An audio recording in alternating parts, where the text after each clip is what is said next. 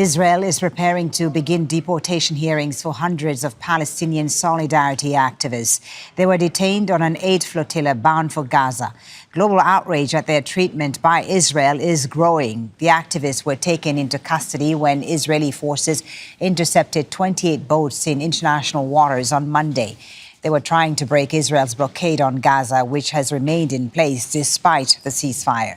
The group was then transferred overnight from Ashdod port to a prison. Let's bring in our Nida Ibrahim, who's in Ramallah in the occupied West Bank, for more on this story. Nida, the hearings then are due to get underway in the coming hours. What do we expect will happen to the flotilla activists?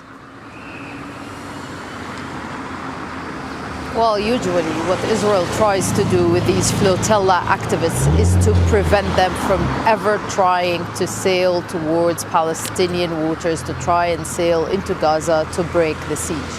And that includes making them suffer during the process of deportation, taking them to courts, giving them charges related to trying to attempt to enter Israel illegally. Again, these activists would often tell you that they're not trying to enter Israel.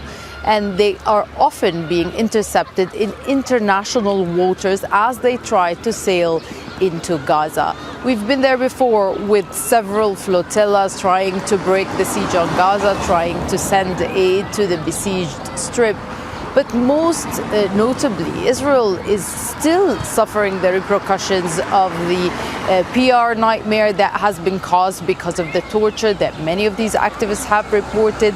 Many of these activists say that they suffered this abuse. And now the video of Gvir is just one example of how Israeli forces treat these activists, despite what they're trying to say that they are just going through the due process. Yeah, and there's been international outrage over that video of the National Security Minister taunting these detained activists, Nida, with several countries summoning Israeli ambassadors. But what's been the reaction inside Israel? Well, exactly because of this public and international outrage against Gvir, this has been met with frustration and anger within Israel. They say that Gvir is trying to portray a wrong image of Israel, an image that many Hasbara activists, many propaganda activists in Israel have been trying to sweeten, have been trying to make more beautiful, trying to portray Israel as a democratic state, as a state that respects democracy and rule of law.